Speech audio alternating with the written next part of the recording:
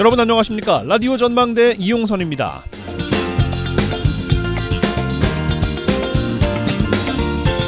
매년 이맘때 어려운 사자성어가 등장합니다. 매년 교수신문이 올해의 사자성어를 선정하는데요.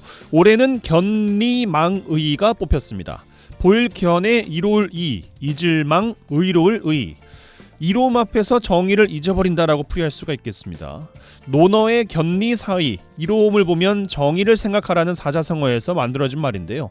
사회적으로는 분양사기, 전세사기처럼 내 눈앞의 이익을 위해서는 다른 사람의 피해 따위는 생각하지 않는 세태를 꼬집고요. 내 아이만 생각하고 선생님에 대한 존중, 예의 따위는 차리지 않는다는 교권 침해도 해당이 되겠죠. 정치권에도 여지없이 들어봤습니다. 국민의 이익, 정의는 간대 없고 너나 할 것 없이 내 이익만 우선하는 세태. 이런 세태를 한탄하기보다 올 한 해 나는 견리사의하고 견리망의하지 않았는지 돌아볼 필요가 있겠습니다. 오늘 라디오 전망대가 준비한 소식입니다. 지역 소식들 뉴스 브리핑 통해서 들어보고요. 매주 월요일 코너 도정 소식 털어보러 이어집니다. 잠시 후에 뵙죠.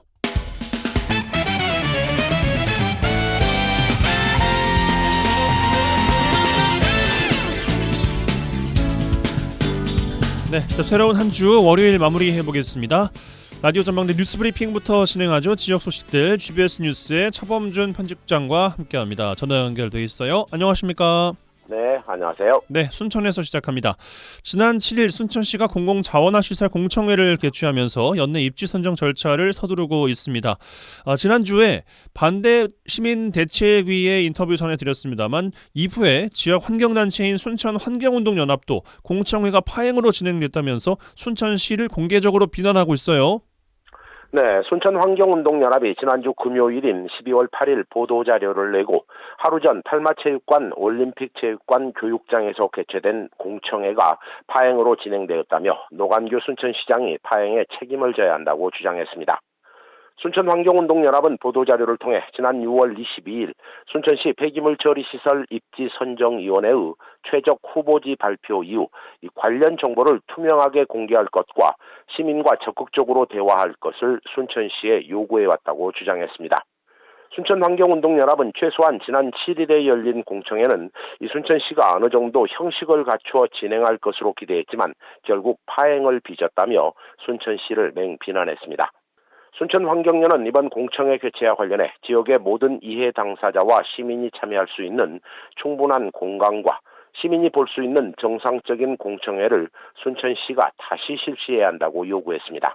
순천환경연은 순천시가 폐기물 처리시설 설치 사업을 추진하면서 5년 전에 공론화위원회를 내세워 시민을 기만하고 있다며 순천시의 이러한 운영 태도는 순천 시민에게 자부심이 아니라 자괴감과 수치심을 주고 있다며 순천시를 비난했습니다. 예, 순천환경연에서 순천시의 공공자원화시설 설치 과정의 절차상 문제 공식적으로 삼고 있습니다. 사업 반대하는 주민분들이나 시민단체 주장, 순천시의 연내 입지 선정 절차의 중단 촉구아니겠습니까?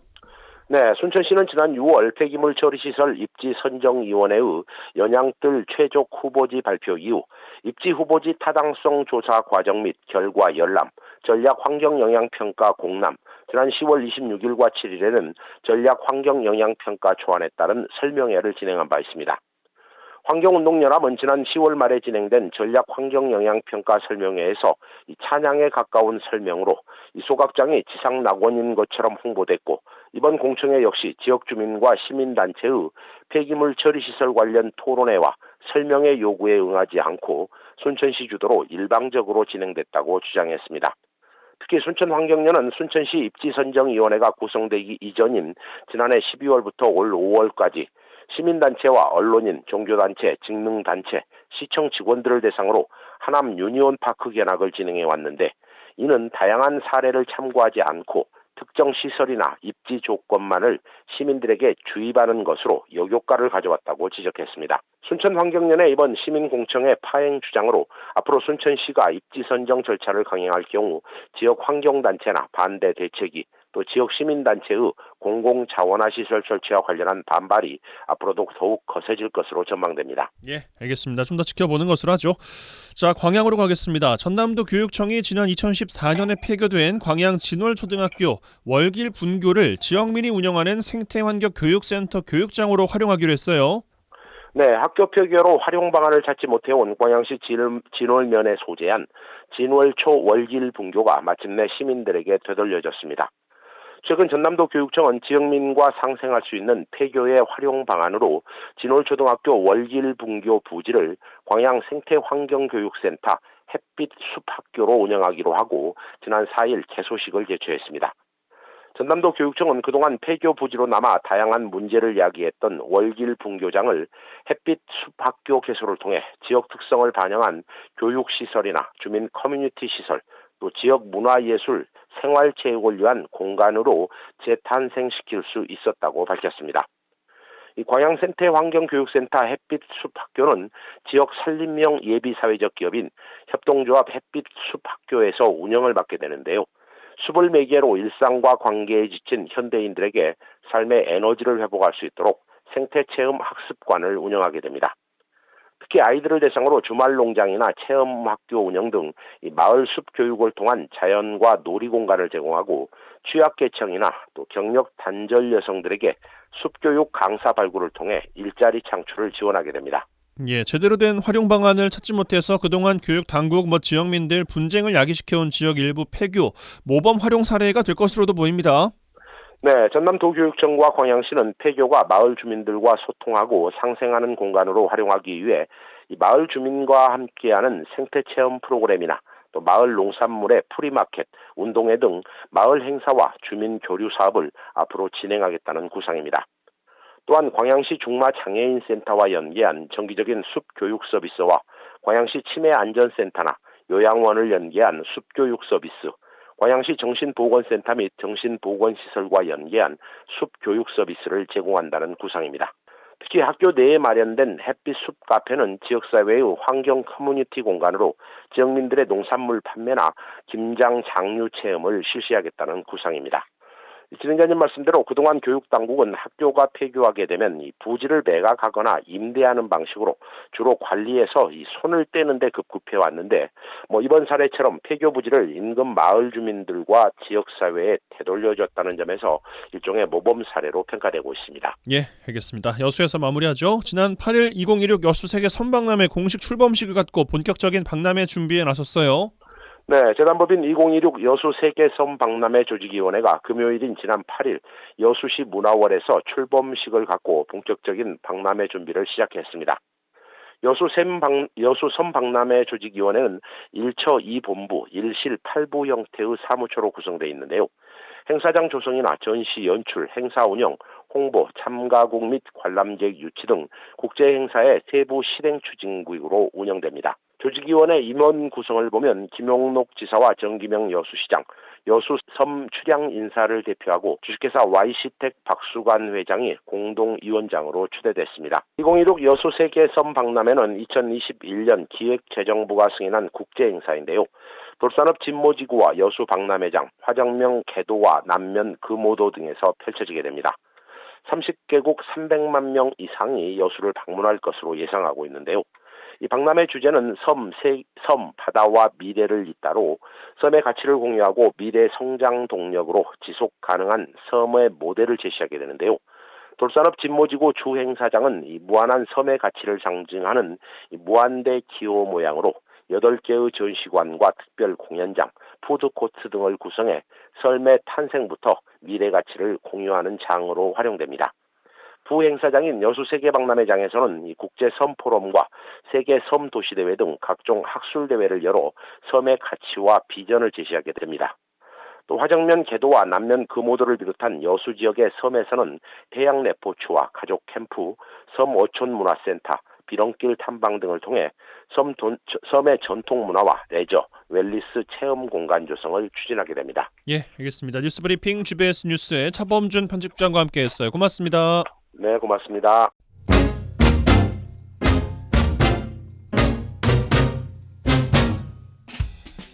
한 시간만 투자하세요. 지역 이야기를 모아 전해드립니다. 지역 시사는 역시 여수 MBC 이용선의 라디오 전망대.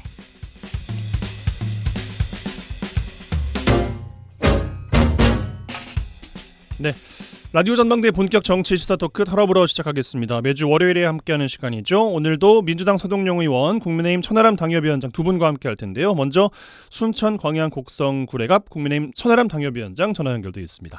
나와 계시죠? 네, 안녕하세요. 천하람입니다. 예, 한 주 또 어떻게 보내셨습니까?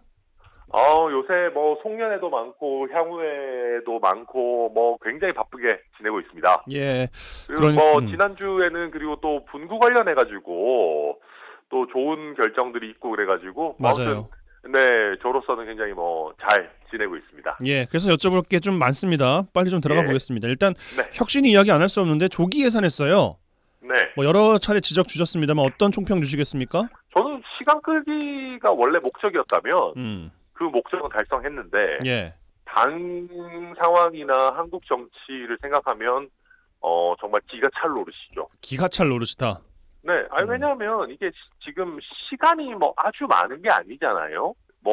국민의힘을 좋아하든 싫어하시든 국민의힘이 정치를 좀 더 잘하는 게 대한민국의 좋은 일이라는 건 누구나 동감하실 겁니다. 예. 네, 얼마 남지도 않은 시간을 그냥 시간을 죽여버렸어요. 그냥 특별한 성과도 없고 그냥 이제 내부적으로 이런저런 화두는 던졌지만 그걸 끌고 갈 정도의 어떤 집요함이나 결기가 느껴지지도 않았고 예.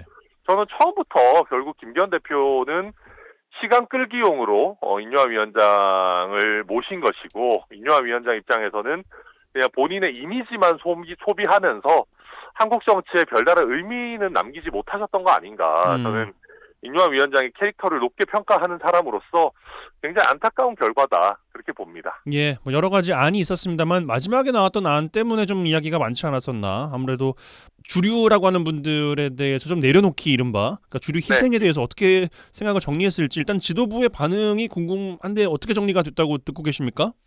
우선 지도부 입장에서는 본인들이 멋있게 내려놓으려고 하는 생각들이 있는데 남이 시켜서 하는 거 말고 그렇죠. 왜 혁신위에서 우리한테 하라 말하냐라는 식의 얘기들을 하는 것 같아요. 근데 예. 아니 지금 멋을 찾을 정도로 여유가 있을 때입니까? 아니 무슨 그리고 냉정하게 얘기하면은요 김기현 대표나 장제원 의원이나 누가 불출마든 서울 출마든 한다고 해서 그 자체로 국민들이 어마어마하게 환호하실 만한 일도 아니거든요. 지금 계절이 겨울이라서 멋부릴 계절이 아니긴 해요.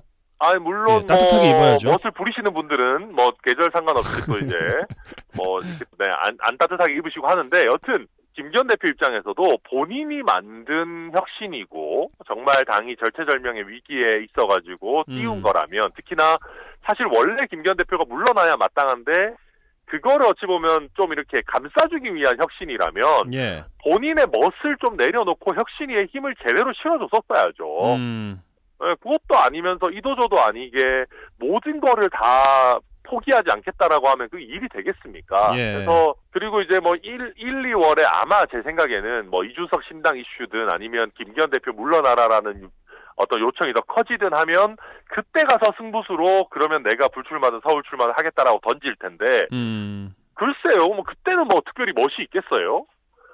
그래서 저는 오히려 혁신위에 확실히 힘을 실어주는 모양새가 100배 나았을 텐데 예. 실기했다 그렇게 봅니다. 실기했다. 네. 알겠습니다. 다음 이야기 총선 자체 분석 당에서 내놓은 것 때문에 좀 시끄러웠던 한 주가 아니었나 싶습니다. 서울에 49개의 지역구가 있는데 6곳만 우세하다. 수도권 필패다. 이런 결과를 두고 지도부에서는 정식 보고서가 아니다 이렇게 거리를 두고 있습니다만 이거는 정체가 뭐예요? 저희가 이제 얼마 전에 당무감사라는 걸 받았어요. 네. 그러니까 당무감사라는 거는 당협위원장을 자를 거냐 말 거냐를 감사하는 거죠. 저도 받았습니다. 그러니까 저희 사무실에도 이제 당의 당직자들이 여러 와가지고 예. 이런저런 분석도 하고 저의 장단점에 대해 가지고 얘기도 듣고 주변 사람들한테 물어도 보고 하는데 가장 중요한 요소가 이제 여론조사예요. 그래서 이제 여론조사를 하는데 이제 어떤 식으로 하냐면은 그 해당 지역의 당 지지율과 해당 지역의 당협위원장의 지지율을 각각 조사를 합니다. 그렇게 해서 당 지지율보다 높은 사람은 당연히 좋은 것이고 좋은 후보라고 볼 수 있는 것이고 그렇죠. 당 개인기가 있다는 것이고 근데 당 지지율보다 낮게 나온 사람들은 갈아치웁시다라는 얘기를 하게 되는 거죠. 선거 때마다 이제 항상 하게 되는 건데 예. 조사를 하면 자연스럽게 전국적으로 당 지지율과 지금 현재 당협위원장의 지지율, 그러니까 이 지역에서 선거를 치렀을 때의 뭐 승패에 대한 가늠이 나오잖아요. 예. 뭐 순천은 여론조사 돌렸는지 모르겠는데 아무튼 서울은 거의 전 지역을 다 돌린 모양입니다. 그렇군요. 예, 그러다 보니까 이제 이걸 보면 지금 안정적으로 국민의힘이 이길 만한 지역이 서울 49개 중에 6개밖에 없다. 그런 거잖아요. 그러니까 혁신위가 정말 제대로 된 혁신을 보여줬다면은 뭐가 달라졌을 수 있겠죠. 근데 저는 오늘 만약에 강서구청장 선거 다시 한다 그래도 지난번보다 비슷하거나 더 크게 질 거라고 보거든요. 예. 강서에서 뭐 한 17%, 18% 차로 지는데 서울에서 강남권 빼고는 이길 만한 데가 없죠. 그 결과가 어찌 보면 자연스럽게 나온 건데 이게 당내에서도 또 약간 가짜 뉴스를 퍼뜨린 사람들이 있거든요. 경기도는 어렵지만 서울은 해볼만 합니다. 이런 가짜 뉴스 퍼뜨린 사람들이 있어요. 믿지 못하겠다라는 거군요, 그냥. 그렇죠. 그러니까 그런 분들 입장에서 봤을 때는 서울도 50개 중에 6개밖에 못 이긴다고 하면서 깜짝 놀란 건데 그 깜짝 놀란 분들이 지금까지 가짜 뉴스 보고 있었던 겁니다. 사실은. 알겠습니다. 요것도 여쭤보고 싶은데 뭐 주말 내내 또 뉴스가 나왔어요. 이준석과 이낙연의 결합 이거는 가능하다고 보시는지 그리고 순천의 천하람은 생각이 더 많아질 수 있는 대목인지 어떻습니까? 우선 그 양 당사자분들께서 가능성을 배제하고 있지 않은 상황에서 아직은 좀 조심스러워 보이기도 해요, 근데. 네, 근데 뭐 제가 뭐 함부로 거기에 대해서 뭐 가능하다 불가능하다 말을 하는 건 아닌 것 같고요. 근데 다만 이제 뭐 물어보셨으니까 저도 약간 평론가 모드로 말씀드린다면 네. 선거 제도랑 다 관련이 돼 있습니다. 그러니까 선거 제도가 연동형 비례대표제를 그대로 간다라고 하면은 연동형, 병립형 막 복잡하지만 아주 간단하게 얘기하면 연동형은 작은 정당들한테 유리하고요. 예. 병립형은 좀 큰 정당들한테 유리합니다. 제일 유리한 건 이제 거대 양당이겠죠. 근데 연동형으로 제도가 간다라고 하면은 이준석, 이낙연 두 분이 굳이 손을 잡을 필요가 별로 크지 않을 수 있어요. 예. 근데 병립형으로 간다고 하면 정당이 사이즈가 커야 유리하거든요. 그러다 보면 두 분이 뭐 어찌 됐든 양당에 상대적으로 좀 상식적이고 합리적인 세력이 손을 잡자라고 하는 뭐 전략을 구사할 가능성은 높아지죠. 그래서 이거는 선거 제도와 매우 밀접하게 다 있는 부분이다. 병립형으로 간다면 저는 뭐 충분히 가능성은 있지 않나. 그게 이제 아주 잘 될 거냐에 대한 어떤 뭐 가치 판단을 차치하고라도 예. 그러다 보니까 지금 이제 양쪽 모두 뭐 일단은 서로에 대한 가능성들을 열어놓고 보고 있는 것 같다. 뭐 그렇게 평가합니다. 그러니까 이제 빅텐트가 형성이 될 것이냐라는 것인데 그 평론가 모드 말고 이제 행위자 모드로서 빅텐트 안에 들어가실 의향은 있으십니까? 그러니까 이게 이제 저도 뭐 어디 뭐 그냥 관찰자 내지는 뭐 방관자의 느낌으로 보는 것은 아니고요. 다만 그렇다고 하더라도 일단 어떤 형태의 텐트가 치어질 거냐를 좀 봐야 됩니다. 그리고 아쉽게도 제가 뭐 이런저런 뭐 당대표 선거부터 시작해서 정치적인 체급이 뭐 제 입으로 말하기 좀 그렇지만 많이 올랐습니다만은 제가 뭐 이준석, 이낙연 두 분만큼 그 텐트의 핵심 관계자는 아니거든요. 그렇기 때문에 일단은 좀 어떤 식으로 이게 진행되는지 저로서도 물론 관여도 하고 의견도 내면서 결과물을 좀 볼 수밖에 없다. 현재 상황에서는 뭐 얘기하기가 굉장히 어려운 단계다. 아니 근데 그 왜 이 이야기를 저희가 좀 풀어가고 있냐면은 오늘 아침에 이준석 대표가 인터뷰를 이런 식으로 하셨어요. 27일에 탈당할 것이다. 신당을 준비하기 위해서는 탈당을 해야 되고 이 과정에 천하용인도 함께 할 것이다. 이런 인터뷰를 남기셨단 말이죠. 이 인터뷰가 또 하루 종일 기사로 나오고 있습니다만 어떤 말씀 주시겠습니까? 뭐 이준석 대표가 뭐 거의 함께 할 거다. 이제 뭐 본인의 예측을 말씀하신 것 같고요. 그러니까 아직까지는 뭐 신당의 방향성이나 모습이 완전히 정해진 것은 아니기 때문에 조금 더 지켜볼 부분들이 있지 않겠나 저는 신중하게 생각하고 있습니다. 얘기된 것이 있는 것이 아니라 그냥 본인의 계획, 본인의 전망을 밝힌 것이다. 네, 그리고 이제 최근에 이제 국민의힘의 그 여러 가지 정치적인 상황이라는 게 매우 어려운 부분들이 있기 때문에 여러 가지로 또 이준석 대표가 뜻을 같이 할 거다라는 어떤 기대. 예상 이런 부분들 해준 걸로 그렇게 봅니다. 알겠습니다. 선거구 이야기도 좀 해보겠습니다.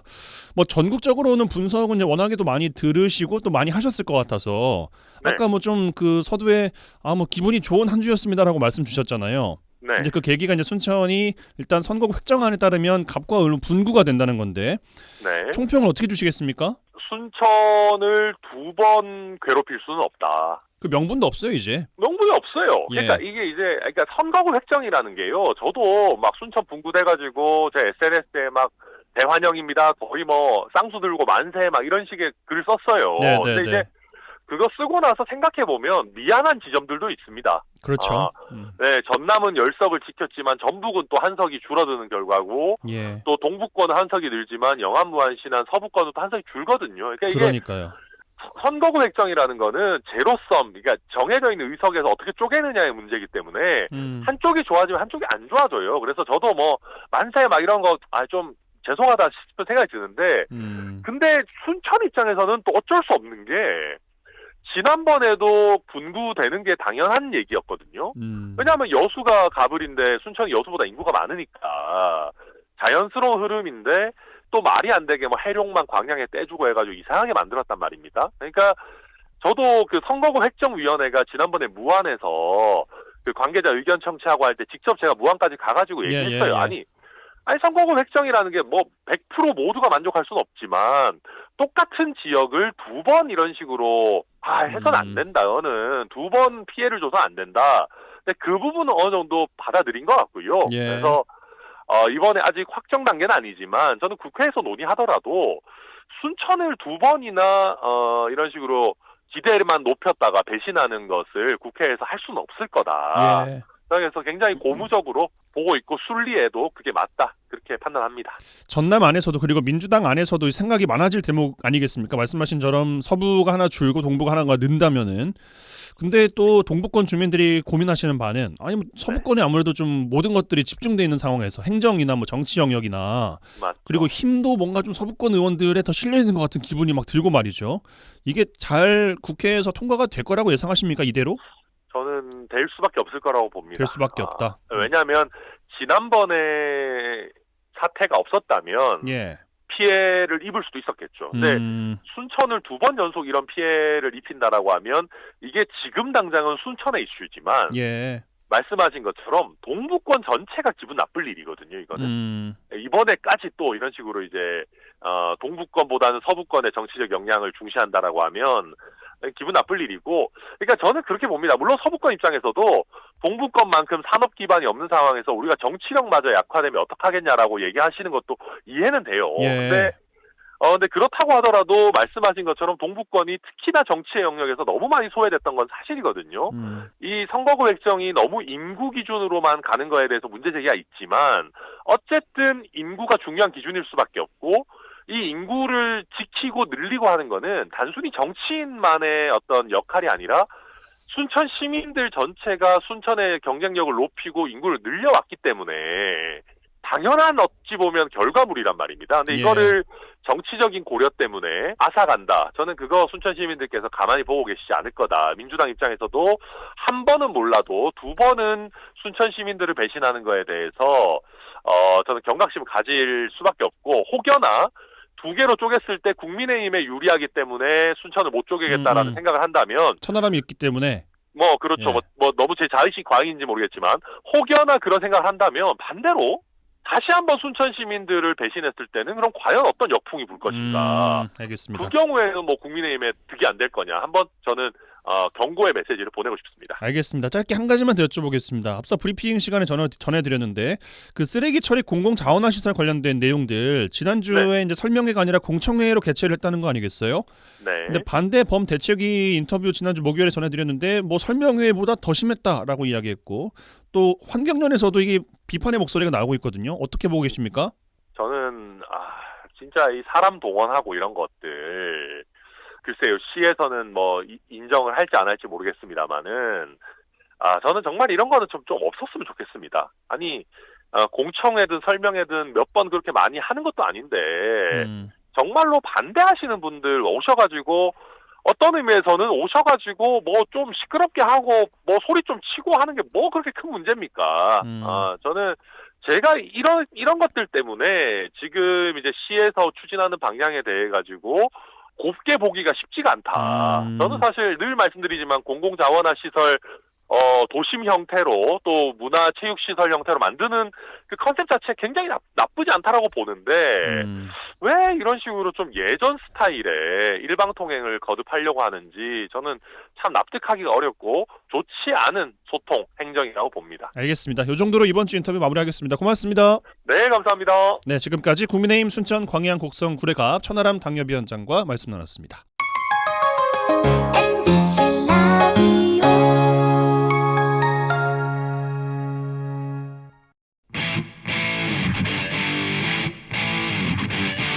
젊고 당찬 시사 생활밀착 뉴스 이용선의 라디오 전망대.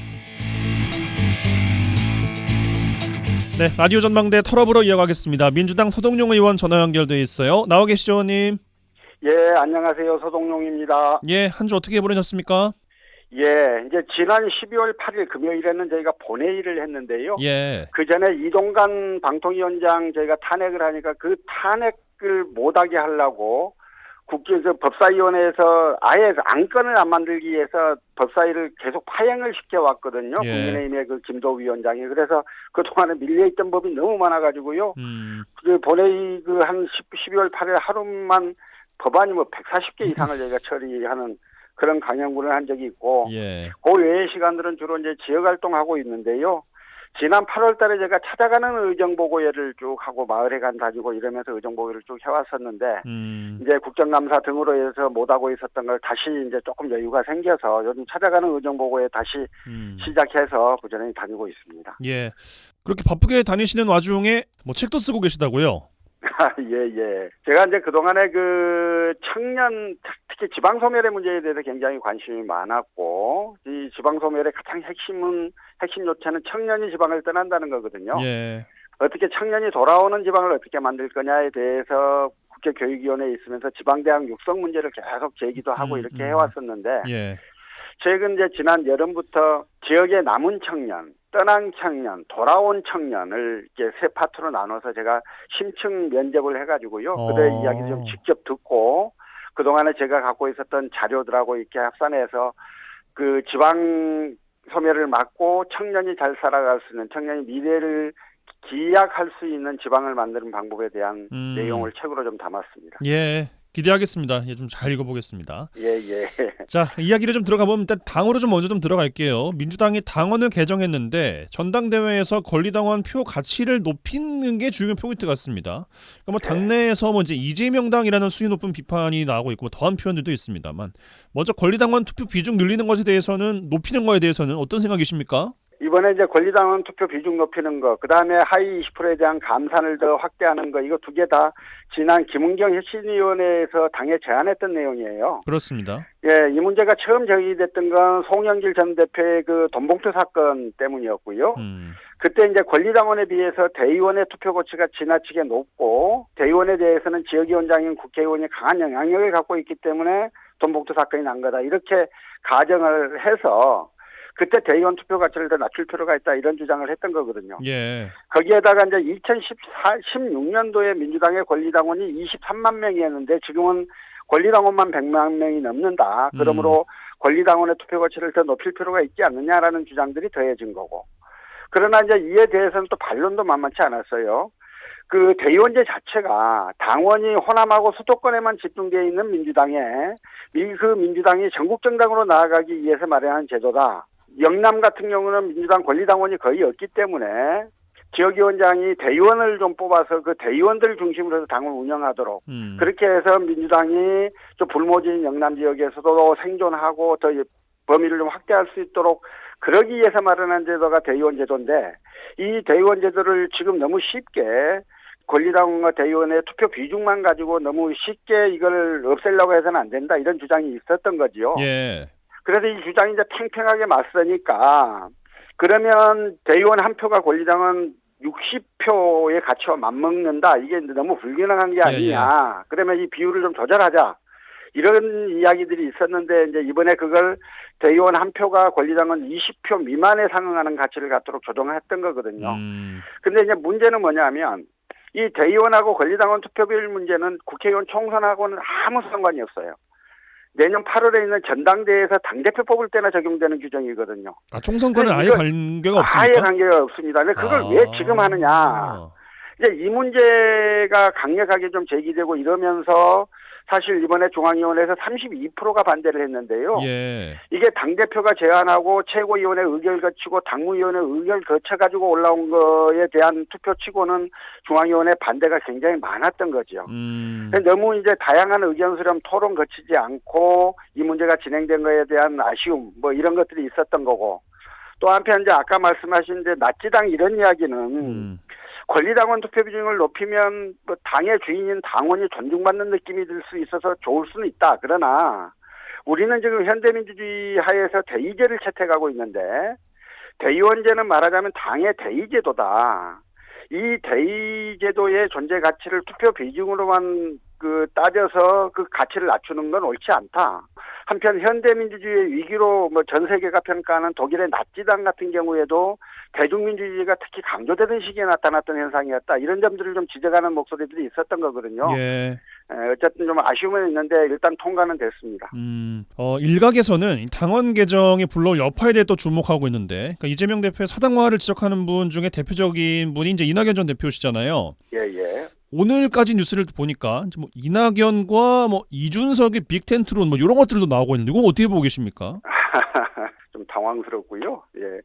이낙연 대표께서 지금 현재 당의 모습들에 대해서 좀 불편함을 갖고도 계시고 또 우려를 갖고 계시는 것 같기는 해요. 예. 아까 그 대의원 문제도 마찬가지고 그다음에 하위 20% 감산 문제도 당헌 당규에는 이걸 선거일 1년 전까지 확정한도로 돼 있는데 이번에 5개월 남겨놓고 이걸 좀 변경을 줬단 말입니다. 예. 이런 것들에 대해서 문제의식을 느끼실 수 있고 그래서 문제 제기를 하실 수는 있는데 그러나 이제 민주당을 그렇게 사랑하고 민주주의에 대한 의지가 강한 이낙연 대표가 설마 이준석하고 같이 갈까? 저거는 도저히 뭐 그림이 그려지지 않은 이야기들인데요. 아예 그렇게 생각은 안 하십니까 그러면은? 뭐 저는 저 머릿속에는 그림이 그려지지 않습니다. 근데 자꾸 이제 말로 표현되는 것들이 좀 있으니까요.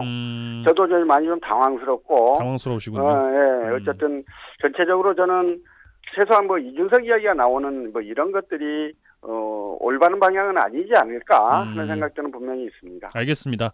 다음 이야기, 국민의힘에서 총선 자체 분석 보고서를 내놨는데요. 뭐 서울에서 6석밖에 못 얻는다, 뭐지 이런 분석 때문에 좀 내부 여러 가지 이야기들이 좀 있는 것 같습니다.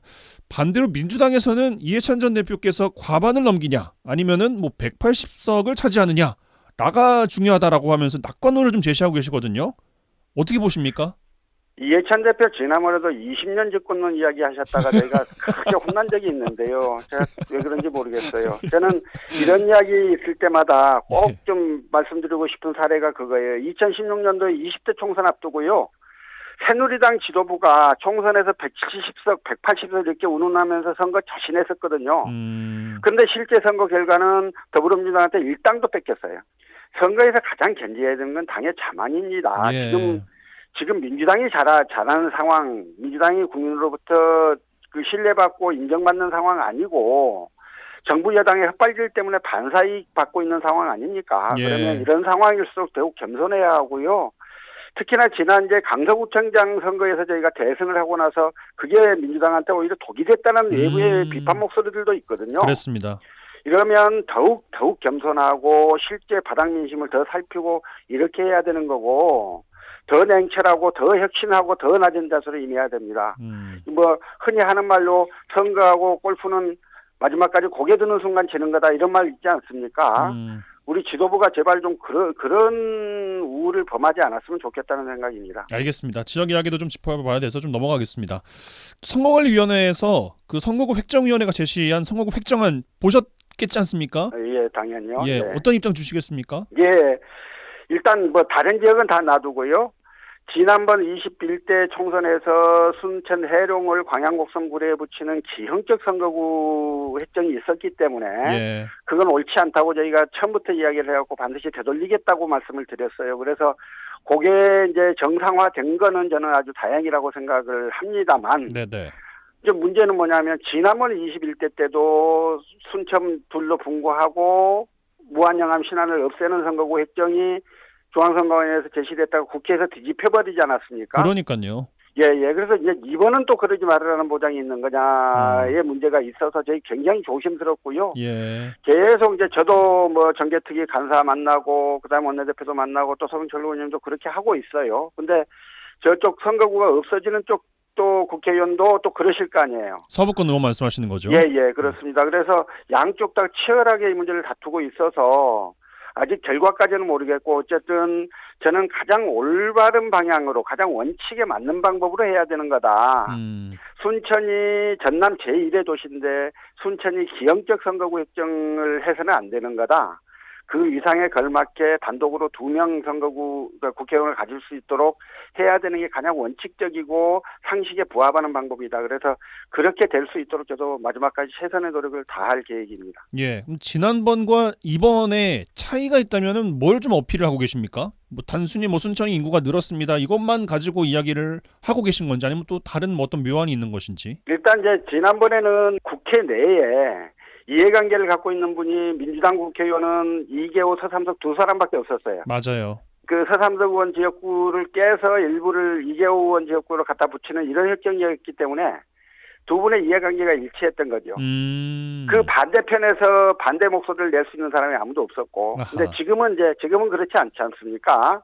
저희는 이제 저희도 목소리를 열심히 내서 어쨌든 양쪽 다 목소리를 모두 내면 가장 원칙적이고 상식적인 방법으로 가지 않을까 이런 기대를 가지고 하고 있습니다. 예, 알겠습니다. 뭐 저희가 또 자연스럽게 뭐 총선 이야기 또 이어가고 있는데 뭐 여러 현안 이야기들도 나오고 있습니다. 전남 의대는 뭐 새로운 것도 아닌 것 같은데 이건 좀 어떤 접근이 좀 필요한지 말씀 주시면 좋겠습니다. 일단 이제 보건복지부에서 12월 말이나 늦어도 1월 중에는 의대 정원 총 증원 규모를 발표한다 이렇게 했고요. 예. 그게 이제 가까이 오니까 좀 의사 집단들에서는 총파업도 불사하겠다 이렇게 가고 있지 않습니까? 그렇습니다.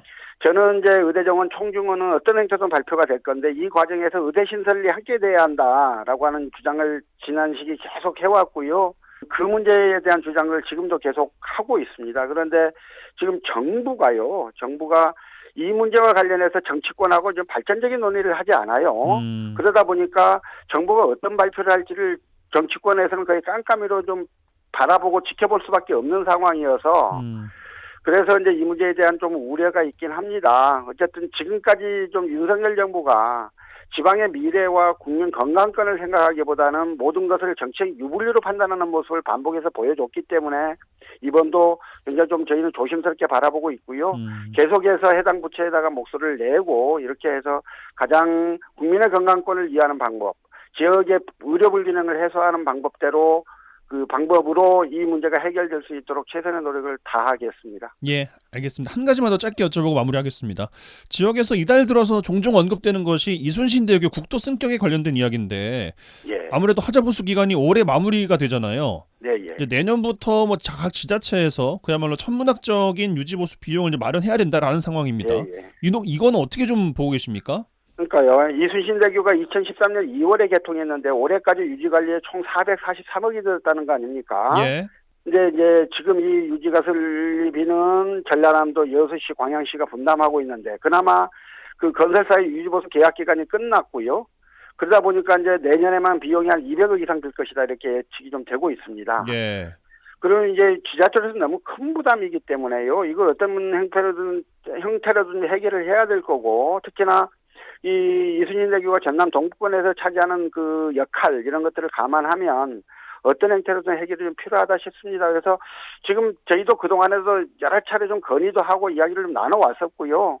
정부에서 이를 검토 중인 걸로 알고 있습니다. 그래서 저희가 더 좀 집중적으로 설득하고 논의해서 지자체에 지나친 부담되지 않도록 해결책을 찾아내도록 노력하겠습니다. 예, 알겠습니다. 이번 주 인터뷰는 이 정도로 마무리하죠. 고맙습니다. 고맙습니다. 네, 지금까지 더불어민주당 서동용 의원과 말씀 나눴습니다.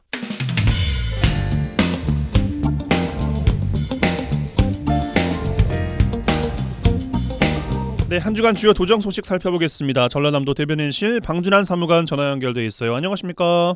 네, 반갑습니다. 네, 첫 소식입니다. 전남 도와 도교육청 내년 무상학교 급식 식품비 단가를 400원 인상해서 총 1,204억 원을 지원한다고요? 예, 그렇죠. 이 규모는 올해보다 한 135억 가량이 더 늘어난 규모입니다. 식품비는 지자체와 교육청이 균등하게 5대5로 분담하기로 하고 각각 602억 원씩을 이제 지원을 하게 됩니다. 이 금액은 전남 지역 유치원부터 초중고, 특수, 또 대안학교 1,307개 학교에 19만 5천 명의 점심 급식에 필요한 식품비로 이제 사용이 됩니다. 이번 식품비 단가 인상으로 학생 1인당으로 본다면 한 4,111원으로 높은 수준의 급식을 제공받게 될 셈인데요. 그렇게 되면 이제 그동안 벌어진 급식 분야 교육 격차도 어느 정도 해소되지 않겠나 이렇게 보고 있습니다. 두 기관은 사실 전국적으로 지금 재정이 감축된 상황에서 학교 무상급식 식품비 예산안 편성에 어려움이 있었지만 큰 틀에서 양질의 학교 급식을 제공하는 데 중점을 뒀기 때문에 좋은 결과를 이끌었다. 이런 분석이 컸습니다. 예, 알겠습니다. 또 전남도와 전남관광재단이 최근 베트남과 라오스에서 관광객 유치 활동을 펼쳐서 내년 설 연휴에 대거 전남을 찾을 것으로 전망하고 있어요. 네, 그렇습니다. 전남도와 베트남 협력 여행사죠. A&T는 내년 설 연휴를 계기로 무안 국제공항 전세기 운항을 확정하고 관광객 1,000명을 목표로 상품 판매에 들어갑니다. 방문지는 주로 신안 퍼플성과 순천 나가름성, 또 목포 근대역사관 등인데 특히 겨울철 특화 프로그램으로 준비한 영암과 보성 딸기딸기, 또 곡성 눈썰매, 나주와 목포 찜질방 체험에 현지 여행업계가 상당히 눈독을 들이고 있습니다. 현재 베트남에서 퍼시픽 항공과 베트남 항공, 또 비에젯 항공이 무안 국제공항으로 나트랑, 발라 등 이 4개 노선에 6편이 지금 운항 중인데 이 노선과 별개로 내년 설 명절 연휴에 다낭과 호치민에서 전세기를 이용해 500여 명의 관광객이 먼저 전남을 찾게 됩니다. 앞으로 계절별로 특화 상품이 더 과동될 경우 추가 관광객 유치도 현실화될 것으로 기대하고 있습니다. 예. 자, 전남도가 도내 고병원성 조류 인플루엔자 차단을 위해서 재난안전대책본부를 중심으로 대응에 지금 비상에 걸렸어요. 네, 맞습니다. 계속해서 공해에 이어 무안의 유경오리 농장에서도 F500 조류 인플루엔자 항원이 고병원성으로 확진돼 확산 차단에 지금 계속해서 비상이 걸렸습니다. 무엇보다 더 이상 확산 차단을 위해 전남 전체 오리농장 219농가에 대해 이미 일제검사를 거쳐 21일까지 2주간 방역지역에 포함된 모항과 나주, 영암군에서 집중소독을 펴고 있고요.